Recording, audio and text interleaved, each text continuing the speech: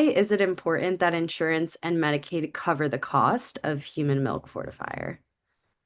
Yeah, this is like a big question, because really the biggest reason is just to make it more equitable and available to our highest risk patients that are both in the hospital as well as after discharge from hospital.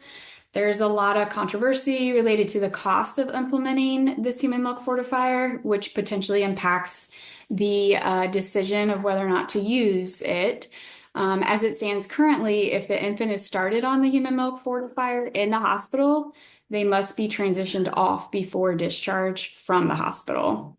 So it's not commercially available. But this is not dissimilar to some of the bovine formulas that are available if your insurance doesn't pay for it or if it's not on WIC. A lot of times you may be forced to switch off the type that you were receiving in the hospital for out of hospital. So if insurances and if Medicaid covered this, this could potentially allow more patients to benefit from it long term and help it become more readily available and overall potentially reduce cost, medical cost. When we talk about it being a potential option for improved feeding tolerance, think about the cost of readmission for intolerance that we might be saving if we're using a product that has been proven to show better tolerance with feeds. The same with neck situation. We could preserve a whole, that cost that neck is, which is extremely high.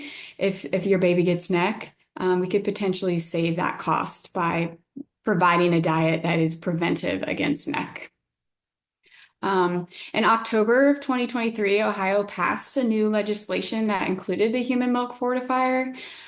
This is huge not only for the very low birth weight infants, but any infant with a congenital or acquired condition prescribed an exclusive human milk diet might be eligible for this coverage.